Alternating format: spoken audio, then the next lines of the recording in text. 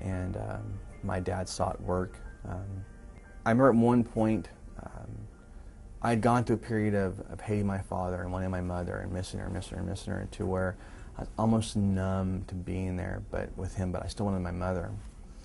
And behind East 8th Street in Odessa, there was this like waterway between behind the buildings, and I was never allowed to walk by the street because of fear of someone recognizing us. I would walk down the back alleyways where, people that are transients, much more safer people would I'd be around. I remember one day I was 9. An officer stopped me and in his patrol car and asked my name. I just froze. I just completely scared. I wanted to tell him I'm Kenny Connelly. I'm missing. I've been kidnapped. And he had said, well, we're looking for a missing boy in Odessa. And he named his name. It wasn't me. And they wanted to know who I was. And I remember I backed away because I was told to fear law enforcement. I was told to fear police officers. They were bad. They would arrest my father. They'd throw him in jail. It'd be my fault. Or if my father got out, he would hurt, possibly kill my mother. So I was very afraid of anybody in authority figure. And the officer said to me, he says, what is your name? I kept saying Kenny Womack, Kenny Womack. And so I kept saying, Ken Connelly, Kenny Connelly, Ken Connelly. And he wanted me to go with him to my dad's home, to verify who I was. And I basically, had to talk this officer out of saying, look, I'm not the missing person. I live right over there. I'm perfectly safe, and leave me alone. He went on his way. As a child, once again, this is your environment. Your perpetrator, this parent or stranger, they feed you, they clothe you, they provide shelter. My sister Carrie, who at the time I believe I was 10, or close, around 10, and we made her almost around 16.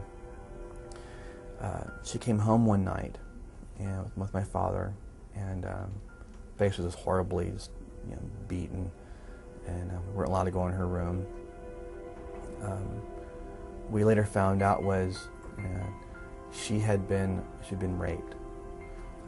She had become prone to sneaking out a lot and going out and basically partying with friends and whatnot. And a particular evening, a man had taken her and had brutally raped her and then dumped her body behind the bushes at the Permian Mall in Odessa, Texas. And we lived right close by there. Anyways, due to the fact my father was a fugitive, there was no police report done. It wasn't really a hospital visit. It was pretty much, mentality pretty much what we all saw it was. Here's some gauze and just sorry it happened. We ended up moving to a little town called Page, a population I think 409. It was in the county of Bastrop, and the school district was serviced by Smithsville.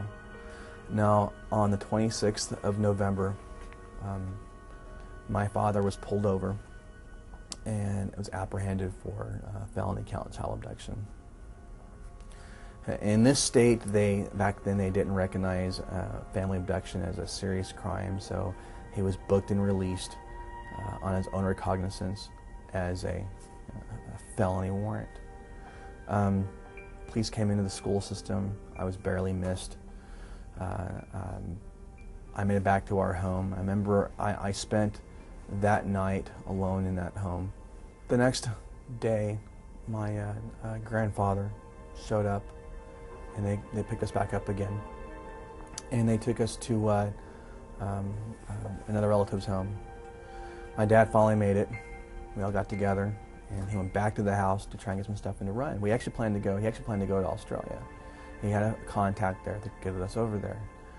When we passed by the house, there was just law enforcement everywhere.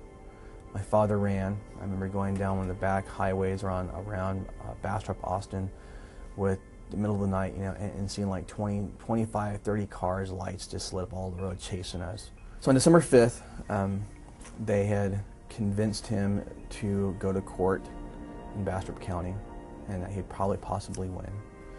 When he showed up, we ambushed him, apprehended him, and he was escorted off Basically, that's what he was. He was a fugitive felon. We were escorted back to the Austin airport with a U.S. Marshal. Came back to California, flew into Sacramento Airport. News was all around, and everyone wanted to see these children that were so